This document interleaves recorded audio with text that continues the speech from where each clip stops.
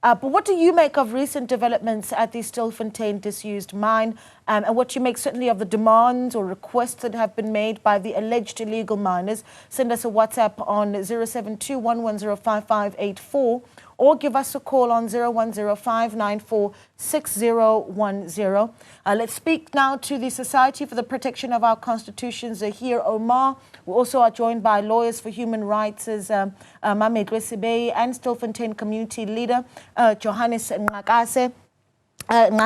Apologies. And then also joining us from the community of Stilfontein is Mr. Wilson Qosieng. And I think I really want to start with hearing perhaps from the organization, the Society for the Protection of Our Constitution, really around, Zehir, good evening to you, really around your understanding of what the situation as of today looks like in Stilfontein, how you would describe it, having, as an organization, taken this issue all the way up to the courts and said this is a humanitarian crisis that we're facing. Good evening to you. Thank you. Look, let me begin with the request of the miners. I understand the miners asked humbly for tobacco, BB, salted tobacco, and food stuff. Now, how wrong is this? Now, if we look at Section 27 of the Constitution of South Africa imposes an obligation upon our government to provide health care, food, water, and sanitation. So the request of the miners are protected by the Constitution. But how bad is it to ask for tobacco? What's wrong? They're addicted to tobacco, they smoke. Okay. Apologies, Mr. Omar. Your line is really, really bad, and we're going to try and just drop it and then try and bring you back up because that line not very clear. But I think I've gotten a little bit of what you were saying, and that is the sections of our Constitution saying that the provision of health services and basic foods is incredibly important. We're going to try and bring him back. And of course, he's a really important element of this discussion because the Society for the Protection of Our Constitution, you'd remember, took the Department of Mineral Resources, the police as well, and other government structures to court, essentially saying that we have a responsibility to ensure that these individuals are assisted. Mametlwe, perhaps you can speak to us about, from a human rights point of view, Zehir making the point that we have an obligation to feed these alleged illegal miners. Is that the view that you have, particularly after seeing some of the letters that have come up from underground? So let me just provide a context. Lawyers for Human Rights instituted an application, a very successful application. I think so far we've had 3 applications on the same matter, and I think the court agreed with us.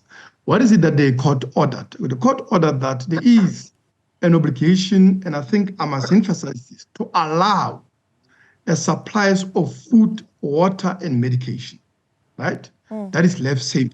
In a situation where, as your own reporter quite correctly sum it up, contrary to narratives of the police and government, there is no way, objectively, is it possible for anyone to come out of, shaft 11 on their own.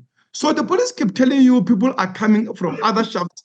There are other shafts where there are staircases, where there are, there's a cage where people are able to go out on their own. The point of a crisis is shaft 11. And that shaft is only connected with one shaft that is called shaft 10.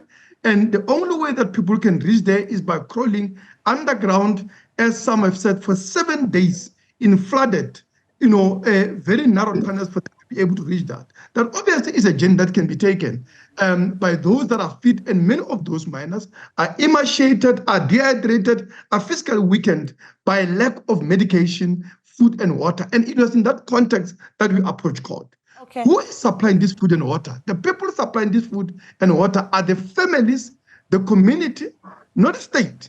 The families and the communities of these miners and those charitable organizations that have come and rallied for them and so on. Now, so far as the requests that have been made, organizations that are on the ground, and Comrade Johannes here is, I work with him on the ground, we are focused strictly on what we believe is necessary and essential for life savings. Now, there has been a sensationalization of the requests, because these are not demands, contrary to how they are reported. These are requests by the miners to their families. And many of them are very basic, basically, contrary to what people are saying. I mean, mayonnaise, think about it. We are feeding the miners underground maize meal with water, right? That they require some taste in the form of mayonnaise, but also because they are under impression that that has protein in it, which is also life-saving in the situation. And it's not anything really outrageous as people want to make it to be. Okay. However, Yeah. we've only been supplying what is very essential to sustain them pending a rescue, which whether it's done by the community or by the professional team with a specialized equipment is going to take weeks, if not months, just for that to be able to rescue all those people and bring them to the surface safely. So it's interesting because you said, well, the request for tomato sauce, and we'll bring that up in a moment, not now though, but because I want to look at the letter that Nico was talking about a little bit earlier on. You talk about that request being made because there's a belief that that has protein, but at the bottom of this letter, you might see that the third bottom line, BB listenefi. I mean, those are tobacco products, BB tobacco and snuff, right? You know, obviously, if we're talking about people that are desperate here, there's going to be questions around what is the nutritional value of that, and perhaps the community would be able to assist us with that. So we are also joined by Mr. Johannes Qankase, who is a community leader from Kuma in Stilfontein. Ndata Johannes, how do you understand that request that has been made for BB tobacco and snaffy? No, thank you very much. Let me thank you for opportunity and greet the viewers at home. From the understanding that we had in the first place, when these people have requested snake and tobacco, we wanted to do some rituals. As much as we understand, there are a lot of people who have lost their lives. As Africans, we know that there are spirits that are left underground. Also, there was some sort of a ritual that they should perform underneath. But you must also understand those are human beings underneath. Some of them they are used to smoking, some of them they are using snuff and stuff. But what we are trying to say as a leader, whatever we came for in that chapter, it should come and assist for those people to resurface and whatever they need more, they will get it when they are on surface. But our main objective and our main issue was for us to assist those people to resurface from underground. But sometimes, you know, when you are using something linear, when you are used to it, when you no longer have the ability to get it from wherever you used to get it, you have that craving, you see. But for now, our responsibility is not for us to make sure that people get their cravings. It's for us to assist these people to resurface. Because at the end of the day, we must understand one thing, because I can see most of these letters, when they come, people, they just make a joke of them on their Facebook, and all of the social media. But ours is very simple as community leaders. We want to save these people, they must resurface, do whatever they want to do after they've resurfaced. That's our main objective and our responsibility as community leaders. Yeah, okay. And let's bring in Mr. Lebogang Wilson Kosieng, who's also a community member. There's another letter that's come in, and we talked about it a little bit early on, and it starts off with Khotsong Batswadi, Rekopa Sesepa Se Hlapang, Sa Omo, Le Roll Oni, Rekopa Tamati Sauce, Mayonnaise, Le Seshabo Se Fedile, Rekopa Le Tin Fish, Le Beef, Le Dinawa Taku. Dr. Wilson, I mean, when you look at this letter, and we've got it up on the screen at the moment, but I'm sure you would have heard about this, roll-on, tomato sauce, mayonnaise, beans, are these the requests of people that are desperate? Later on in that letter, they go on to say, Khotsong Batswadi re kopa rice e nngwe, yane e fedile, le tochi di fedile. So asking for rice as well as a torch. I mean, talk to me about, Wilson, whether or not these are desperate demands in your view. Well, good evening to all. In as far as I'm concerned, they don't really seem to be desperate. I mean, it looks like people are now looking for, things to just while away time. I mean, those that have been writing letters to say we need this and that, why are they not emerging? I mean, if really they were having that in mind, that they would have to leave the shaft, surely those that have been writing letters would be coming out. So there's not, I mean, you can see that these people seem to be buying time. I'm not too sure for what, but it really surprises many people. Why would people want to stay underground under conditions that have been described as very harsh? Thank you. Would you, Go ahead, Zehir, because I saw you, shocked when he said, that they're not desperate. Yes. You know what? When a person asks for an arm, you know our people have dignity. Our people suffered apartheid. They suffered the utterance in the New South Africa of Minister Sebei saying they should be smoked, they should be starved and persecuted. Yet my people have walked with dignity. They asked for a rule on an arm. What's the problem with that? I would be 10,000 rand to my people to buy an arm. They're a human being who asked to feel clean, has dignity. Why should they feel like that? They go down deep in mine looking for little nuggets. They look for work. The minister in the presidency and President Ramaphosa, who now is the president of the G20, has not come out to defend himself. Okay. Yeah, listen, we're gonna hang up on you, Mr. Omar, and put you rather on a telephonic line, because I'm hearing some of what you're saying, but that line really giving us some difficulty. But essentially, what we did pick up there from Zehir Omar, who's with the Society for the Protection of Our Constitution, who you'd remember had taken this issue to the court, saying humanitarian assistance must be given to these alleged zamazamas that are underground in Stilfontein. Of course, that not being a very successful application for them in the courts. But what I am picking up from what he said is our people have suffered a lot during apartheid. They suffered a tremendous amount, even in our democracy, and going as far as well as to say that when people ask for roll-on, it means that the situation underground is quite smelly, and that is a desperate plea that has been made. And that essentially this is whether or not this is a question of dignity, perhaps, is the question that needs to be asked. And I'm keen to hear your thoughts on this one. 0721105584,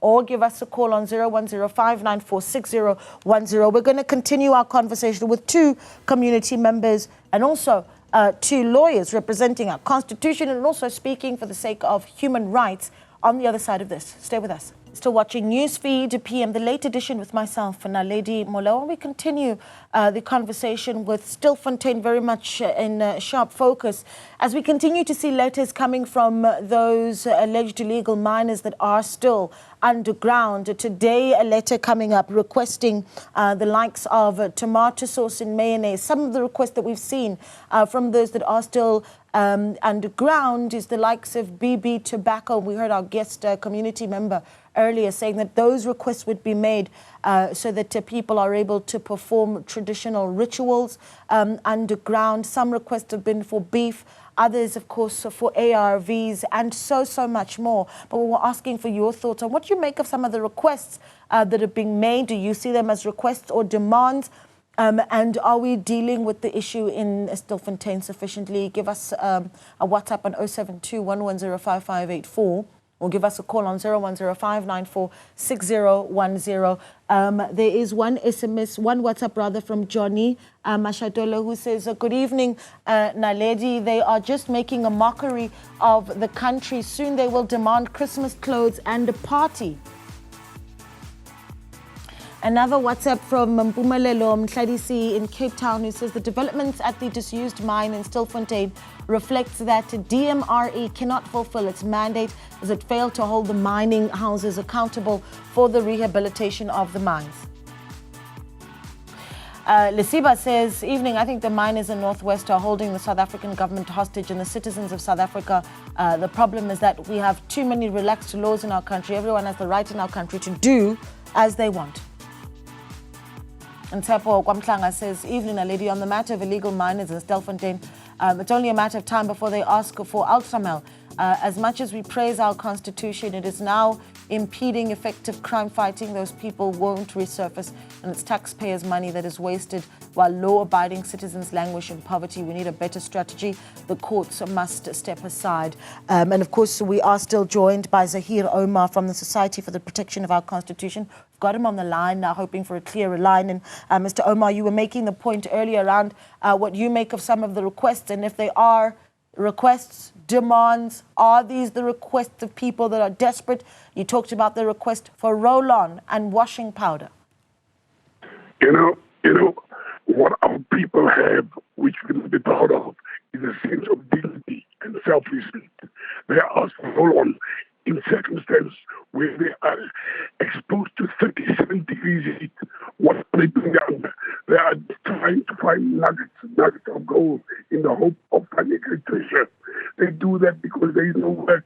The Constitution guarantees our people work. We have the minister in the presidency. Our president, Ramaphosa, is coming in now. The president of the G20, of the great 51 countries in the world, a minister in his office says she wants to smoke the miners out. She wants to starve them to death, and she wants to persecute them. That's why our officers are rushed to court, and we got an order. And lo and behold, when we went back to court on the 19th November 2024, before the same judge, Newzroom, she dismissed the order. But that is entirely bizarre because the TV at the time were revealing people dying and being removed. But this judge who has an obligation in terms of Section 165(2) of the Constitution to fulfill and ensure the rights the Constitution are fulfilled. The only reason I can infer is that she succumbed to the interference of the executive.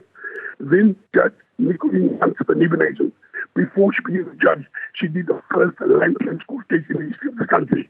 She proudly set record straight and upheld the provisions of the Constitution and saved the lives of hundreds of miners in the thousands. Yeah. Okay. Yeah. You know, it's really difficult, but I think it's a clearer line, but difficult to hear you nonetheless. But we're going to take a caller, Sean in Pretoria, calling in. Sean, good evening to you. Thank you for calling into the show. What do you make of the situation in Stilfontein? Are these requests or demands that we're hearing from these alleged illegal miners? Hi, Naledi. Look, Naledi, I think we are being taken advantage of. Criminals are taking advantage of lack of leadership, compromised leadership, and a poor constitution. They're taking advantage of that. How can they say now they want all those things, the tobacco and then more food to come? Really? We have been taken advantage of by the foreign nationals, taking advantage of lack of leadership in South Africa. We are not going anywhere. The foreign national comes and do as they wish in South Africa. And then we say everything is okay. The so-called Human Rights Commission, they are so useless. Kids who have been dying here, killed by eating food from spider shops. They never said anything. Now because foreigners in those mines, came here illegally, criminals, they say they are dying. Now they come out and saying those things, what they are saying. They're so useless. They are so useless. This country has gone to the dog and beyond. Sure, Sian, thank you so much for calling. Yeah, thank you for calling. We're taking more calls, 0105946010. I think, Mr. Wilson, I wanna come back to you and ask you what you make of the point that has been made there by Sian. And he talks about how, well, all this illegal activity has an impact on the community as well, right? That you've got this illegal activity that also permeates into the community. What does that look like in Stilfontein outside of just the mine? Do you have criminal activity that also has seeped into the community? I would say at the moment, truly speaking, criminality has gone down in Stilfontein. We don't experience a lot of robberies and all those gunshots that used to be in the earlier months of the year. For now, things have really subsided. What I would say only, because I mean from the CPF side, is the strain that this operation is putting on the SAPS. Today I was at the police station and with the people from the Red Cross, those that are helping with this and that to assist these people emerging from the mines. And the numbers that are in the cells in Stilfontein, the capacity for Stilfontein is around 150 detainees. At the moment, we are having about 350, almost twice plus what the carrying capacity is. And that they put a lot of strain on the officials, because the officials are not meant to operate with so many people, and it is as if it is a prison. The manner in which, I mean, the number of people that are in the holding cells here in Stilfontein. So, and that also take off a chunk of the officials from doing what they are supposed to be doing, moving around, looking for safety and, I mean, for community safety and all those things, because of the number of detainees that are in here. So it's a bit of a challenge as it is. Yeah, you know, you talk about numbers, and I want to bring up one letter that's certainly come up from underground in Stilfontein, and this one written in English, and in it, one of the author of this letter speaks about just how many people are stuck underground, and we're going to bring that letter up in just a moment. But that letter essentially reading there that we are pleading with you to speed up the process as soon as possible, and it speaks to there are 700 people that are stuck here downstairs, and it goes on to talk about how there are corpses that are here as well. But because, and if you look there towards the bottom, there are more than 700 people down here, and some people here are using treatment, and it's hard for them to use the treatment because of shortage of food. Please speed up the process to avoid more corpses. We thank you. 700 people, according to that letter, that are still underground. And I think it raises a question around just our understanding of just how much work is really needed at that particular mine. You'd remember that intelligence had told our police that the number could be somewhere between 300 to 450 people. That letter saying 700. We'll take a look at more letters coming from Stilfontein on the other side of this. You're still watching News Feed PM, the late edition, and we continue our conversation around some of the requests, some saying are demands made by the alleged illegal miners in Stilfontein. Letters continually coming up on a daily basis, requests from ARVs to tobacco, all the way up to mayonnaise, tomato sauce, beef. But then, of course, requests that have been made for medication for those that are ill and desperate, according to the letter down underground. You'd see that when it's on your screen. They're saying there are more than 700 people down here.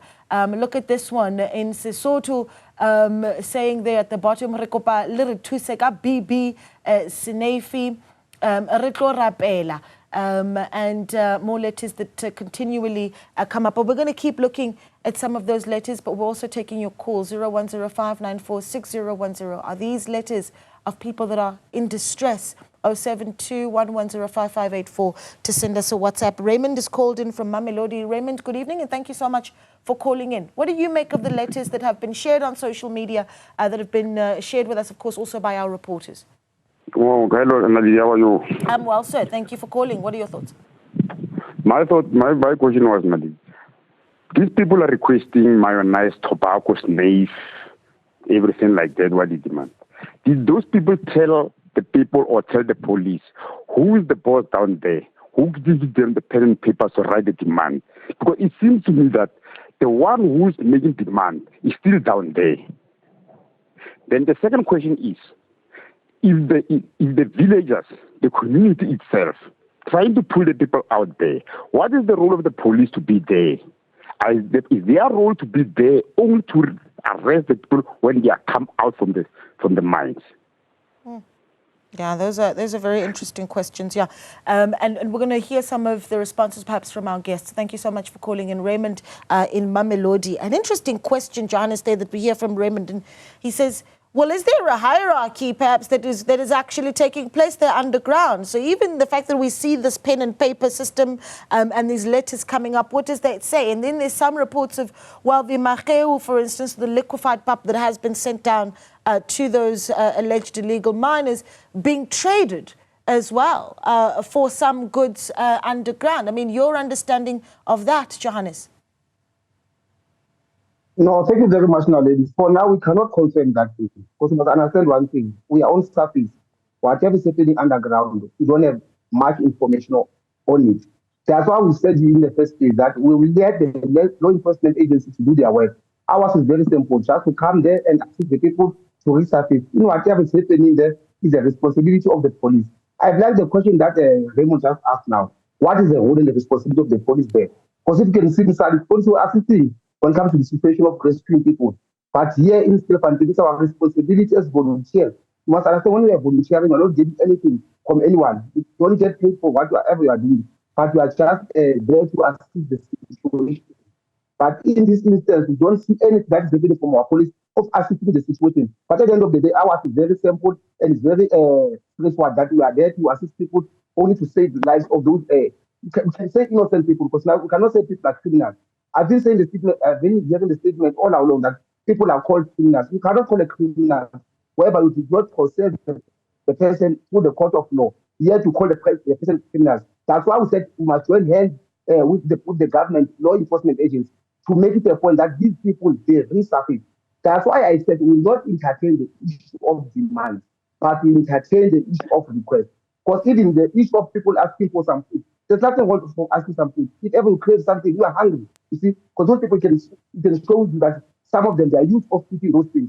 You cannot eat pap and machine for the entire month on a basis that you are called an illegal person. But at the end of the day, you are still a human being who needs to eat nutrients, who needs to eat vitamins, who needs to eat proper food so that you can regain your strength. From there, you resurface, you come on surface. Yeah, you know, there's of course going to be the question around whether or not the community can keep up with this volunteering and, you know, donating of food. And that's what we'll get into in a moment. But lots of calls coming in on this one. It's just a discussion that really has South Africans wanting to share their views. So Nabila is calling in from Cape Town. So Nabila, good evening. Thank you for calling. Your thoughts on the requests or demands, depending on how you see it, made by the alleged illegal miners in Stilfontein. Good evening to your listeners and as well as viewers. The point that I want to make is that the crux of the matter is that these people are actually criminals in the sense of there is no legislation that's mandating them to conduct such actions within South African land, right? And it's almost like me having to sell alcohol to like minors or who are 12 years old to Jinga is in Nyobeni in Eastern Cape, right?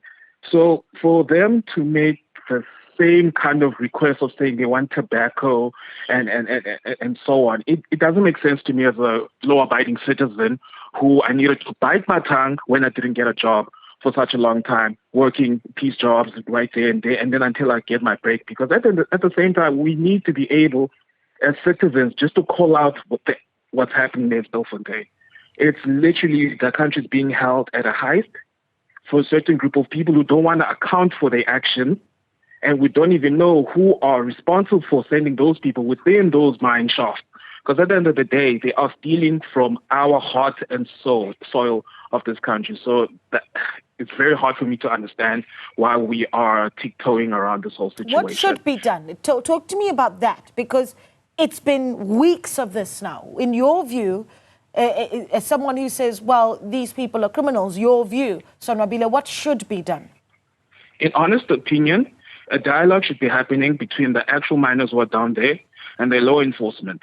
If there is an amnesty for them to come up and then tell us about the whole situation, if they are within a ring of criminality where they are working for some other boss or selling illegal gold within illegal markets, they need to point out the fingers of those kind of people so that they can get amnesty, and then we can also legislate the artisanal mine within South Africa so that people can engage in such activities. Okay, that's a much bigger discussion as well. So, Nobile, thank you for calling in, though. Tony's calling in Midrand in Johannesburg. Tony, good evening. Good evening, Larry, and the viewers and all your panel. Appreciate your call. Your thoughts? Yes, actually, my take is I'm very disappointed in government, especially here, Mark.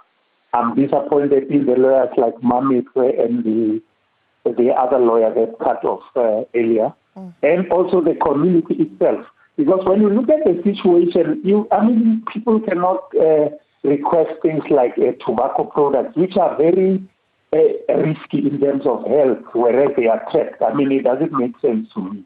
So just to cut the story short in terms of the solutions, I think the community has to make a letter to the police so that they can request a drone, maybe from a technological company, which will go down there. So they must communicate with the illegal miners down there to say, do not disturb the drone because it's there to help you, to look at the situation, take videos, and then post it back to the police so that we can have a clear understanding as to what is happening there. Because it's all speculations. Mametlwe was all over the police minister last when they had a MPs there. But they have no solutions at all. They are just crying foul from the government, which is wrong as well. We are not saying they're right. Okay. So that's my take. Yeah, Tony, we appreciate your input. Thank you so much for calling in. And perhaps, Mametlwe, I'll come back to you actually, because there's so many things here. You've for instance got even reports that we're getting that the Northwest Police say they're spending up to 1 million rand daily on this operation at Stilfontein. That's a lot of taxpayers' money. And so obviously the conversation will be around human rights and protecting those that are underground. But our caller is saying that they view these people as criminals and the taxpayer is footing the bill. What do you say to that? Okay, so let's start here. And I think your caller raised the issue about, almost blaming us for people making requests. We are not responsible for requests. The issue is what we sent down, right? I think Johannes was at pains in explaining. So far, we've only been sending down EPUB, which is a PUB, basically, and water, right? We have not acceded to many of those requests. And as I said, I'm shocked because the way the focus has turned on that is quite shocking to me, because if you're on the ground, you would know what is the context for this. The context is very simple. 8 people died underground. As people died underground, people have beliefs that they must do rituals, so they're not asking for alcohol to be drinking down there. It's just a very tiny amount of that. But even that has not been granted. There is a view. People have those beliefs. I don't have them. They do have them. Now, on the basis of those beliefs, they share with many people in this country, by the way, right? Now, they wanted to perform rituals to cleanse whatever evil spirit and so on. But those requests have not been granted. Secondly, let me deal with the issue here. The main issue here is this, because police are lying all the time. What is it that they're lying about? They create an impression.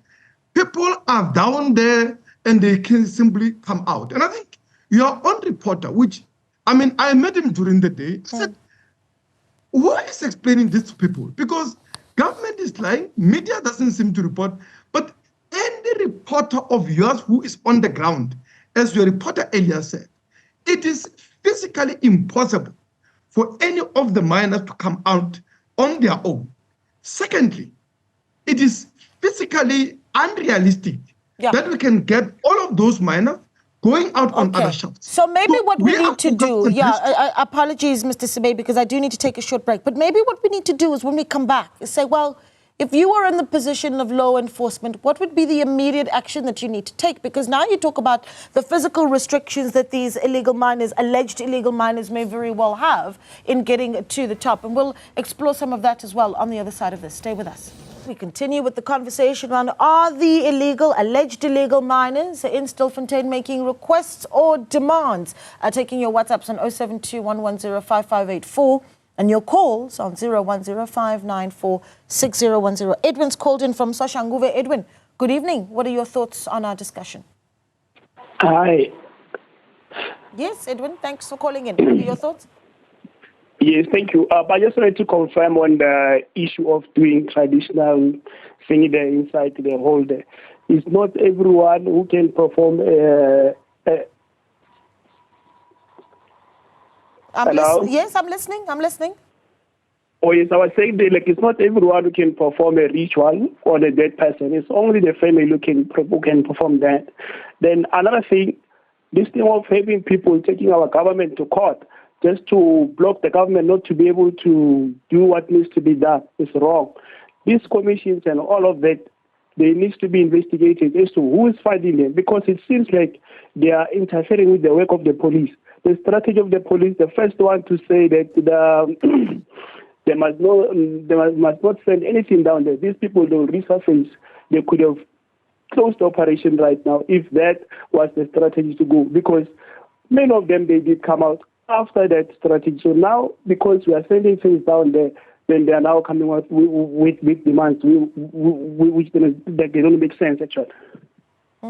Yeah, thank you so much for calling. Interesting point that you make there, Edwin, around how even these rituals that they want to perform with the tobacco products that have been asked for should be rituals that are conducted by the family. And that's going to be a cultural debate that if we get into, we're not going to wrap that up anytime soon. But Wilson, I want to come back to you.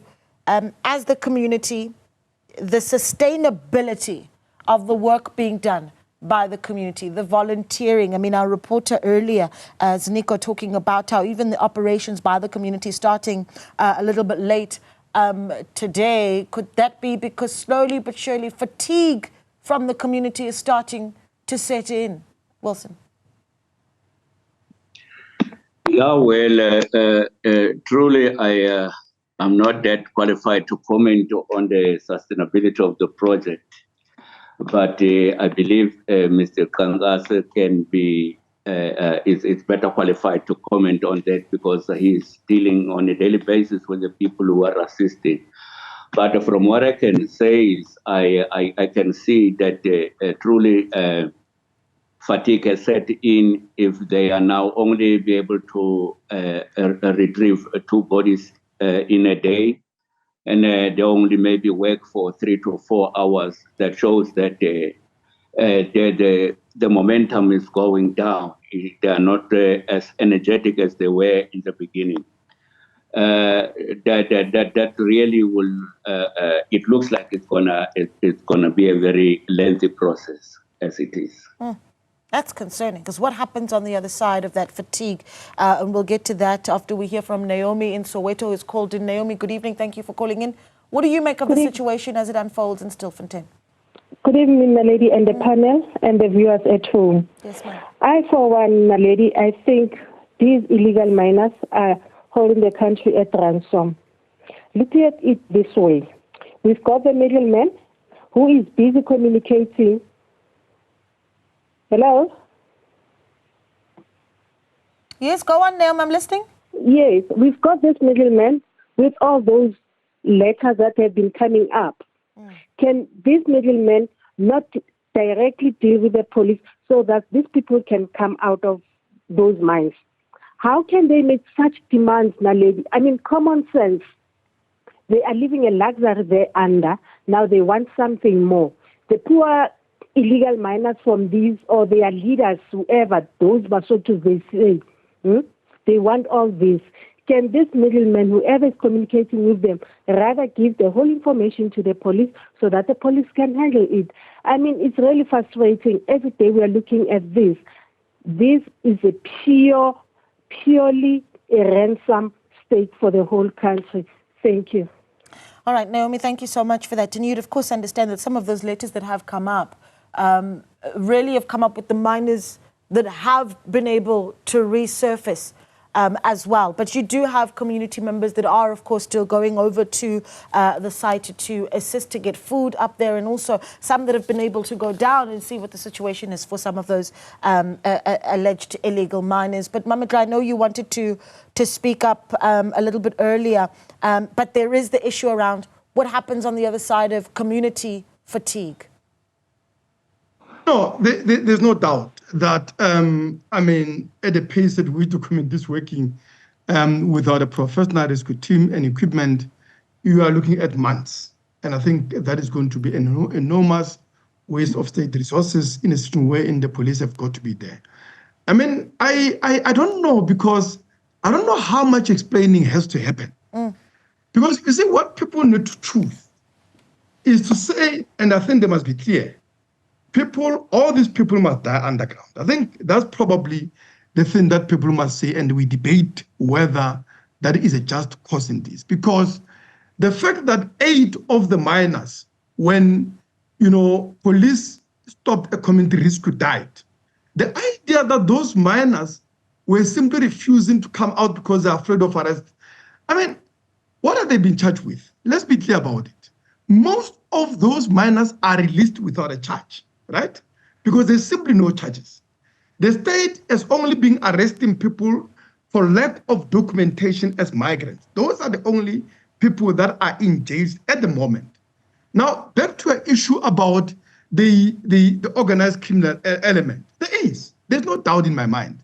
I've done research on this, and we warned government that unless they provide regulation for industry, access, to markets and all those things and so on, there is an organized criminal syndicates that are linked with networks on illicit trading on minerals that are going to intervene into that vacuum. And by the way, and this is a point that I've repeated, there is no way those networks are not involving corrupt elements within the state. Think about it. The idea that these very poor miners can transport gold from Stilfontein, Gauteng, platinum, all the way from the northern parts of the country in Limpopo to the ports in Durban without involvement of the police in a state like ours, where every 3 kilometers you meet a police van, is not realistic. Police and elements of the state are obviously involved in those networks. Secondly, you can't trade on minerals internationally because there's simply no market for minerals in this country, right? You can't trade on those minerals internationally without license. Those licenses are with the big companies in this country.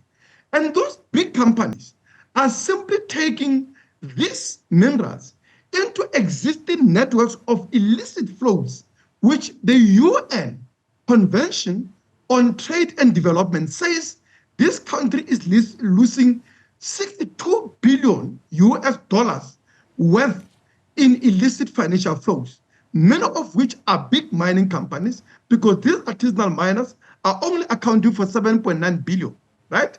So there is that problem. And the reason we are not talking about that is because people that are responsible for that are the very big mining companies that have monopolized, mining industry, minerals, and the ownership of the land in this country, that have captured the political establishment. You have a billionaire president that is part of the mining capitalist class and so on. And nobody's asking a question. How do we end up with Stilfontein, where a mine is just abandoned? And it's not only Stilfontein. There's 6,100 of those mines. Many of them are still having substantial deposits of minerals. There's not been any proper closure, meaning closure and sealing of the holes. There's not rehabilitation of the environment. There is also no investment in this community to ensure that we build resilient local communities. And this is not just unique to Stilfontein. I met with mining-affected communities in Limpopo, 4 or 5 hours away from Stilfontein. They are saying their mines are placed under care and maintenance. Some of them are being abandoned by the big mining companies, which are not fulfilling their social and labor plans, which are not fulfilling their environmental management plans, who are not diversifying economies. They are plundering those lands of their minerals, shipping them off raw as they are without any beneficiation, creation of alternative industries that will allow this mining community to transition to sustainable post-mining. They have not engaged in Zamazama activities, those communities. But I can assure you, it's only a matter of time. We are testing their patience, and that's the reason that, for instance, as Gusa, we've made a call. Government must reopen all of those mines in Limpopo where mining companies have taken people's lands and are not mining, creating jobs that they promise. Either they hand back that land or they actually mine and lead the development that they've committed to. And that's not unique to Limpopo, by the way. It's vast part of countries, a vast part of the country, where we are sitting on minerals and mines that are simply not creating jobs and development that they promised. Yeah. And we need to abolish unemployment and poverty in this country. This country is rich. It has industrial capacity to do that, and that's what we need to attack to. Okay, yeah, it's a mouthful. And I mean, when you talk about the supply chains and just the sheer numbers, Mametlwe, they're saying over 6,000 of these disused and abandoned mines existing in the country. And this evening, we focus on just one that has seen hundreds come to the surface and now possibly hundreds more still underground, perhaps some believe starving to death as they continue to make some of their requests. But we're going to have to leave it there because this is going to be an ongoing discussion. But we keep a close eye on things as they develop in Stilfontein. Thank you so much to Mr. Lebogang Wilson Kosieng, who's a community member with the Stilfontein, Johannes Qankase, who is a community leader. Thanks as well to Mametlwe Sebei, Lawyers for Human Rights, as well as Zehir Omar with the Society for the Protection of our Constitution. A few WhatsApps that have come in on this one as well. Let's quickly take a look at those as we wrap things up. 0721105584 is the number. Beldina says, evening, lady, I don't know what really is so special about those criminals. Like, seriously, let them come out and stop the drama. Anonymous says, evening, lady, why is our Minister of Mines so quiet about the illegal mining saga in the Northwest? An interesting question. Where is the voice of Gwede Mantashe, the Minister of Mineral Resources? Lucia says, good evening, Naledi and the broader public. Those guys underground take this country for granted. They're not determined to resurface. They're more social than in trouble. The supplies will enable them to stay there and proceed with illegal activity. And one last one. Sipo Amatoba says, good evening, Naledi. It is evident that judging by the absurd demands from these illegal miners, our laws are not adhered to. There is too much unnecessary human rights in this country. Of course, a reminder that those views are the views of those that call in. Those are our viewers and not the views of Newzroom Afrika. Stay with us. We're back in a moment.